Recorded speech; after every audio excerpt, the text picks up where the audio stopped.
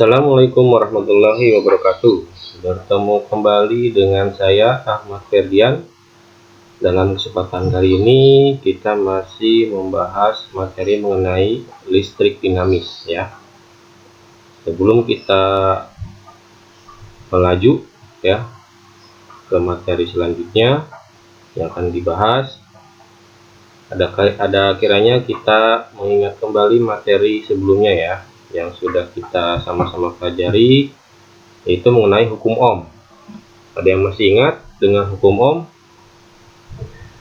Ya, tentunya Bapak harap masih ingat ya tentang hukum Ohm. Itu menyelidiki hubungan antara arus listrik, sumber tegangan, dan hambatan di suatu rangkaian.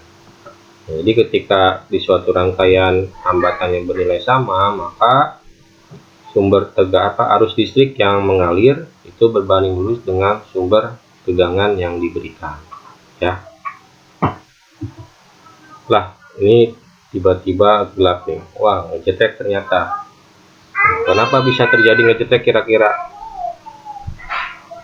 Nah, ngecetrek ini pasti fenomena yang sering kalian jumpai ya, dan sering kalian alami.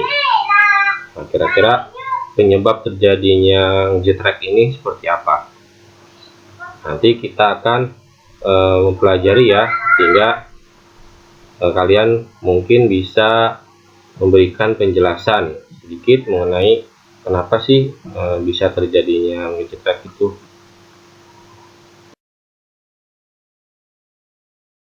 Dan kali ini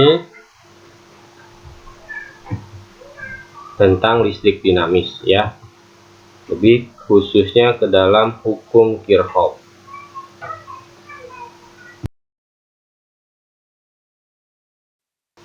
Yaitu yang akan dicapai peserta didik dapat menganalisis hukum Kirchhoff dengan benar setelah proses pembelajaran melalui video simulasi. Nanti ada sedikit simulasi ya mengenai hukum Kirchhoff.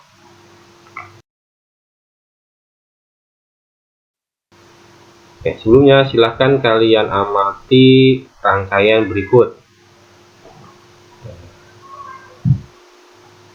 Di sebuah tayangan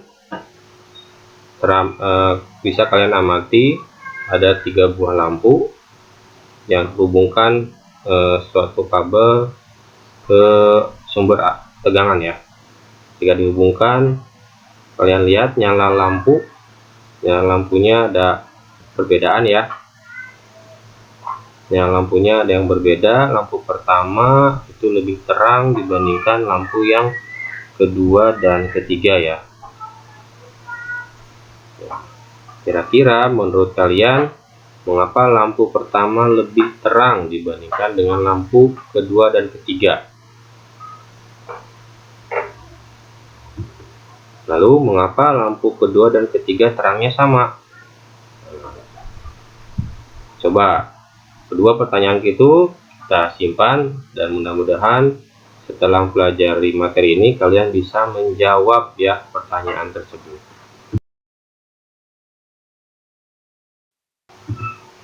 Nah, pada kehidupan sehari-hari kalian dan kita pasti sering menemukan rangkaian listrik ya, yang terdiri dari banyak hubungan. Ada di beberapa alat elektronik juga. Paling sederhananya di rumah kita tentunya. Rumah kita semua terhubung ke dalam suatu rangkaian listrik ya, yang memiliki banyak cabang atau simpul. Ya, kurang lebih ini sedikit simulasi gambarannya ya, dari sumber tegangan dari PLN ya, itu terhubung ke beberapa komponen listrik atau alat elektronik ya. Nah, rangkaian tersebut itu banyak percabangan. Nah, kira-kira arus yang mengalir di tiap percabangan tersebut itu seperti apa arusnya? Apakah sama atau berbeda? Nah, untuk menyelidiki hal itu, kita akan melakukan sedikit simulasi demonstrasi ya. untuk menyelidiki arus listrik di sebuah percabangan. Tujuan untuk simulasi dan demonstrasinya yaitu menyelidiki arus listrik yang masuk dan keluar dari percabangan pada suatu rangkaian. Adapun pendahuluannya yaitu jumlah kuat arus listrik yang masuk ke suatu titik percabangan sama dengan jumlah kuat arus listrik yang keluar dari titik percabangan tersebut, atau kita kenal dengan istilah hukum 1 Kirchhoff ya. Nah, kita sekarang masuk ke demonstrasi ya. Dalam kesempatan kali ini kita akan menyelidiki arus listrik yang masuk dan keluar dari suatu percabangan pada sebuah rangkaian. Nah, untuk alat dan bahan yang diperlukan sudah pasti yaitu adalah sumber tegangan ya, kemudian kabel,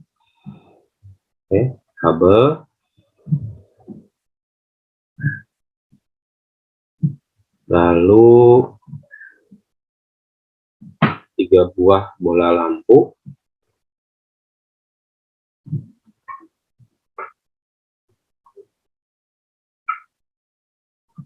kemudian saklar, dan untuk menghitung arusnya kita gunakan ampere meter 3 buah juga. Alat dan bahan sudah kita siapkan. Kita masuk ke persiapan ya, persiapan dengan merangkai sebuah rangkaian ya, menghubungkan antara komponen-komponen sehingga membentuk suatu rangkaian seri dan paralel. Kita butuhkan sumber tegangan, kemudian ada dihubungkan ke saklar, lalu kita perlukan arus listrik untuk yang melewati lampu pertama, bisa langsung kita hubungkan, kemudian ampere meter yang kedua, ampere meter untuk lampu ketiga, dan kita bisa langsung sambungkan ke lampu dan meternya. Nah, kemudian tinggal kita hubungkan semua komponennya dengan kabel ya, mulai dari tegangan dengan saklar, kemudian dari saklar kita hubungkan ke ampere meter yang pertama,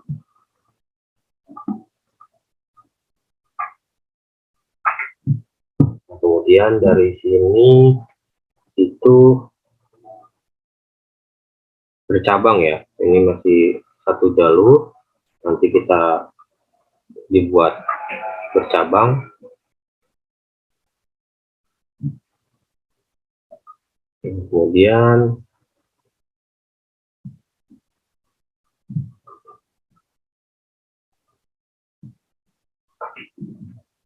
ini kita hubungkan nanti dengan potensial yang negatif.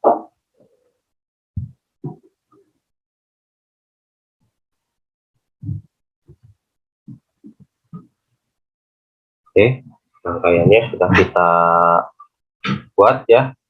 Nah, kemudian kita sekarang mengatur hambatan lampu ya, hambatan lampu masing-masing kita pasang di 8 ohm hambatan lampunya.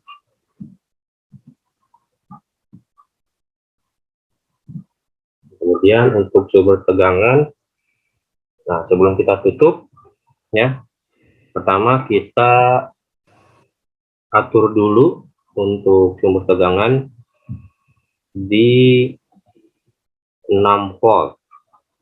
Nah, sudah kita pastikan terlebih dahulu semua kabel apakah sudah terhubung ke tiap komponen. Ini seri, kemudian lampu pertama, lampu kedua, ketiga dia paralel, masuk lagi ke cabangannya, potensial kutub negatif. Sudah. Nah, kita konvensionalkan ke arus listrik. Kemudian kita nanti lihat nilainya ya. Kita lihat nilai. Nah, ini sudah 6 volt tegangannya, ini hambatannya 8 ohm semuanya. Nah, kita langkah selanjutnya tutup saklar ya. Kita tutup saklar. Nah, ternyata ketika saklar ditutup sudah pasti terjadi aliran arus listrik ya. Nah, melewati lampu pertama arusnya 0,5 ampere. Kemudian bercabang ke lampu kedua arusnya 0,25, ke lampu yang ketiga arusnya 0,25 ampere. Ya, kemudian masuk berhubung, kemudian kembali lagi ke sumber tegangan. Oke, nah kuat arus listrik yang ditunjukkan tiap ampere meter bisa kita tulis ya. Lampu yang pertama berarti sebagai arus, ini arus lampu pertama, kemudian arus lampu kedua, arus lampu ketiga. Nah, kita tulis.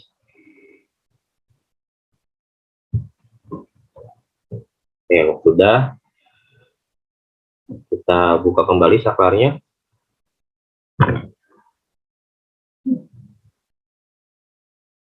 Selanjutnya kita atur untuk tegangan yang kedua, yaitu 9 volt. Nah, kalau 9 volt bagaimana harus di masing-masing lampu ya. Kita tutup saklarnya.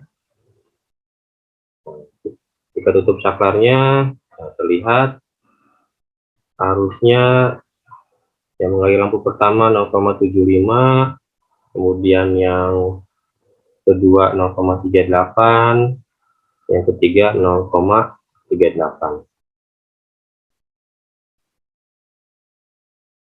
Oke, kita catat ya, di catat terlebih dahulu untuk arus lampu pertama 0,75, lampu kedua 0,38, lampu ketiganya 0,38.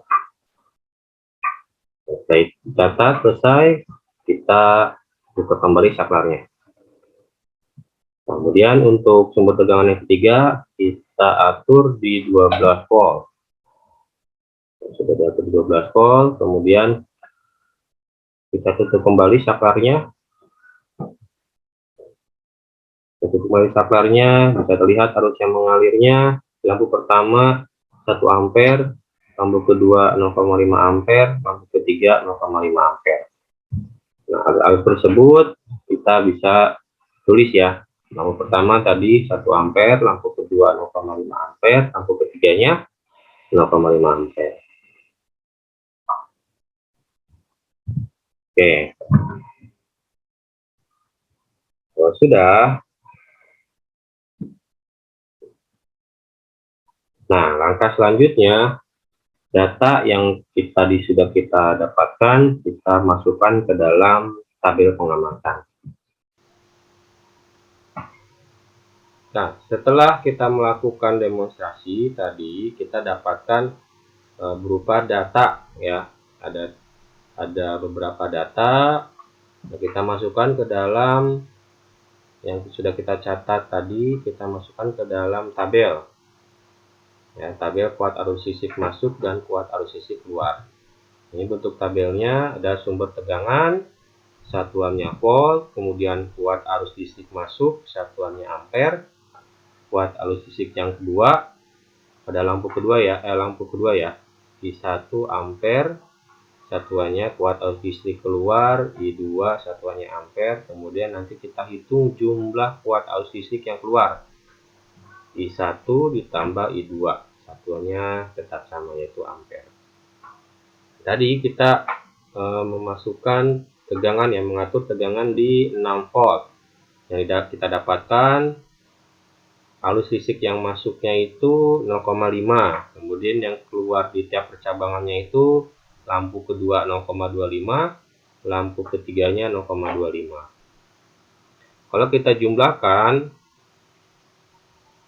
ya kuat arus listrik pada lampu kedua dan lampu ketiga itu jumlahnya 0,5.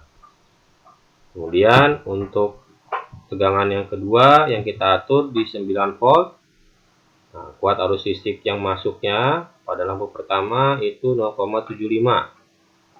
Kemudian untuk lampu kedua 0,38, untuk lampu keempat 0,38. Kemudian jumlah kuat arus listriknya di percabangan antara lampu kedua dan lampu ketiga itu 0,76.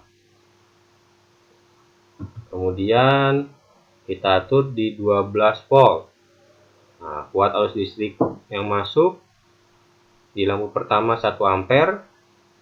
Kemudian di percabangannya lampu kedua dan ketiga 0,5, 0,5. Nah, kalau kita jumlahkan di percabangan tersebut menghasilkan 1 ampere. Nah, dari data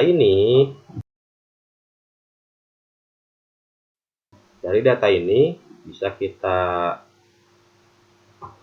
tarik ya bahwa dapatkan sebuah kesimpulan bahwa arus listrik yang mengalir pada lampu pertama itu kalau hasilnya kalau kita jumlahkan itu sama dengan jumlah kuat arus listrik pada lampu kedua dengan kuat arus listrik lampu ketiga. Atau misalkan kita bisa juga dimasukkan arus yang masuk sama dengan arus yang keluar. Jadi kita dapat menyebutkan arus yang masuk itu adalah arus pada lampu pertama, yang keluarnya itu di lampu kedua dan ketiga. Ternyata besar arusnya sama ya. Nah, arus yang masuk dan arus yang keluar ini yang sama itu berkaitan dengan hukum 1 Kirchhoff tadi ya. Jumlah kuat arus listrik yang masuk ke suatu titik percabangan itu jumlahnya akan sama dengan kuat arus listrik yang keluar dari titik percabangan tersebut. Kalau yang masuknya tadi 0,5, keluarnya 0,5. Nah, 0,75 keluarnya harus 0,75. Tadi ada perbedaan di yang lampu kedua ketiga ya. Kemudian pembacaannya pembulatan itu ya. Kemudian yang 12 volt juga sama. Arus yang masuknya 1 ampere, kemudian yang keluarnya kalau dijumlahkan 1 ampere juga. Nah, mudah-mudahan bisa menambah pemahaman kalian mengenai hukum 1 Kirchhoff ya. Ditambah tadi ada simulasi ya berkaitan dengan hubungan antara kuat arus listrik yang masuk dengan yang keluar di suatu rangkaian. Nah, untuk lebih memahami lagi, mari kita ke soal. Nah, contoh soal berikut ditampilkan berupa rangkaian ya, rangkaian campuran paralel, kemudian nanti ada seri ya, dihubungkan dengan seri juga. Nah, ternyata perbandingan kuat arus listrik pada rangkaian tersebut I1 banding I2 banding I3 itu sama dengan 3 banding 2 banding 3, dan I4 nya berbanding I5 nya sama dengan 1 banding 1. Jika perbandingannya tersebut seperti itu, tentukanlah besar I1, I2, I3, I4, dan I5. Nah, bagaimana cara untuk menentukan besar masing-masing arus pada tiap percabangan? Di gambar sudah ada arus yang masuknya 24 ampere ya. Arus yang masuknya 24 ampere. Nah, berdasarkan rangkaian ya, kita peroleh dua persamaan. Persamaan pertama yang masuk I, kemudian yang keluar I2, I1, I2, dan I3 gitu kan. Dan ada percabangan yang di dalamnya lagi, yang masuk I2, yang keluarnya I4 dan I5. Jadi bisa kita tulis I1 tambah I2 tambah I3 sama dengan 24. Tuh ya. Dan I4 ditambah I5 sama dengan I2. Sesuai dengan hukum Kirchhoff tadi ya. I masuk sama dengan I keluar. Kemudian kalau kita ambil perbandingan antara I1 dengan I2, I1 banding I2 sama dengan 3 banding 2. Maka kita dapatkan hasilnya adalah I1 sama dengan 3/2-nya dari I2. Nah, kita tahu dari perbandingan bahwa I3 itu perbandingannya 3, I1 juga 3. Maka untuk nilai I3-nya sama dengan harus 1 ya. Harus 1 sama dengan 3/2 I2 di lampu kedua. Nah, dari sini kita bisa memasukkan tadi kebersamaan I masuk sama dengan I keluar. I1 ditambah I2 tambah I3 sama dengan 24. Nah, I1-nya kita bisa gantikan dengan 3/2 I2 ditambah 2/2 I2, ya kan? Kemudian 3/2 I2. Nilainya kita masukkan sama dengan 24. Nah, 3/2 ditambah 2/2 ditambah 3/2 sama dengan 8/2. Ya kan, 8/2. 8/2 itu 4. Jadi 4I2 sama dengan 24. Berarti I2-nya bernilai 24 dibagi 4 sama dengan 6 ampere. Nah, kita dapatkan I2 sama dengan 6 ampere. Nah, dari I2 ini kita bisa menghitung I1 dan I3. Tadi rumus ya persamaan yang di atas ya. Dan I1 sama dengan 3/2 dari I2. Kita masukkan nilai I2-nya ya. Berarti nilai I2-nya itu 6. Jadi kita dapatkan 3/2 dikalikan 6. Berarti I1-nya sama dengan 9 ampere. Ya. 6/2 3. 3 kali 3 9. Jadi 9 ampere. Karena I3 sama dengan I1, maka I3 sama dengan 9 ampere. Sudah kita dapatkan tuh ya. Jadi I2 6 ampere, I1 9 ampere, I3 9 ampere. Kalau kita masukkan ke rumus persamaan tadi berdasarkan gambar, I1 ditambah I2 ditambah I3 sama dengan 24. Kita coba masukkan 9 ditambah 6 ditambah 9 sama dengan 24. Cocok, berarti sama ya. Berarti jawabannya sudah sesuai, sudah tepat. Nah, sekarang bagaimana untuk percabangan yang kedua? Nah, karena I4 ditambah I5 sama dengan 2, I2 karena I4 sama dengan I5, maka kita bisa menggantikan I4 dengan I5. Jadi I5 tambah I5 sama dengan I2. Nah, I5 tambah I5 berarti 2I5 sama dengan I2-nya tadi 6 ampere ya. Masukkan 6. Berarti I5-nya 6/2. Berarti I5-nya adalah 3 ampere. Karena I4 sama dengan I5, maka I4 3 ampere juga. Ya. Jadi arus yang mengalir pada rangkaian I1, I2, I3, I4, dan I5 berturut-turut adalah 9 ampere, 6 ampere, 9 ampere, 3 ampere, dan 3 ampere. Jadi, kalau misalkan kita analogikan, ini arus yang masuk 24 ampere terbagi 3. Ke I1 9 ampere, ke I2 6 ampere, ke I3 9 ampere. I2 ternyata terbagi lagi 2. Ya, karena perbandingannya sama, maka I4-nya terbagi I2-nya dibagi 2. I3 3 ampere ke I4, 3 ampere ke I5 ya. Ke lampu yang kelima. Jadi kita masukkan lagi nanti di sini. Ini 3 menjadi 6, 9, 6, 9 jadi 24. Ya. Jadi I masuk sama dengan I keluar. Sesuai dengan hukum Kirchhoff. Nah, mudah-mudahan ada penambahan ya tentang penambahan pemahaman tentang hukum Kirchhoff. Nah, seperti yang tadi di awal kita singgung ya bersama-sama mengenai kejadian jetrek ya. Nah, jetrek itu kalau kita contohkan misalkan di sebuah rumah itu dayanya itu dan sumber tegangannya itu 220 volt atau 900 volt ampere itu dayanya ya.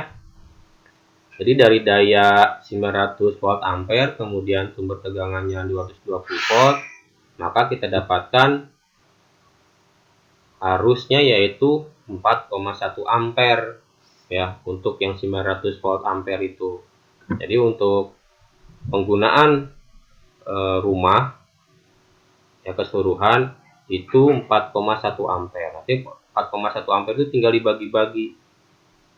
Ya, dibagi-bagi digunakan ke alat elektronik, komponen listrik apa aja. Jadi kalau misalkan masih di bawah 4,1 itu aman ya, tidak ngejetrek. Tapi kalau sudah lebih dari 4,1 ya arusnya itu akan ngejetrek itu ya. Nah, misalkan biasanya kalau di rumah kalian ada AC, kemudian TV, lalu kulkas, pompa air nyala semua, kemudian dayanya hanya 900, itu sudah dipastikan itu akan ngejetrek lama-kelamaan ya. Nah, jadi agar tidak ngejetrek itu sederhananya kita menggunakan bergantian ya, menggunakan alatnya bergantian. Kalau misalkan AC-nya nyala berarti ada yang dimatikan dulu ya, seperti hanya TV ataupun pompa air seperti itu. Nah, mudah-mudahan bisa memberikan ya penjelasan mengenai terjadinya jetrek itu seperti apa. Nah, jadi dalam pembelajaran yang sudah kita lalui bersama ya, kesimpulan yang kita bisa ambil yaitu arus listrik yang masuk dan keluar dari titik percabangan memiliki kuat arus listrik yang sama ya. Jadi arus yang keluar itu pasti akan sama dengan arus yang masuk. Nah, mudah-mudahan kita sama-sama lebih memahami lagi mengenai hukum Kirchhoff tentang bagaimana arus listrik yang masuk dan yang keluar dari suatu rangkaian ya, baik secara umum ya ataupun secara khusus ya. Nah, itu saja yang mungkin bisa Bapak berikan ya mengenai hukum Kirchhoff. Mudah-mudahan ada manfaatnya untuk kita semua. Perhatiannya. Assalamualaikum warahmatullahi wabarakatuh.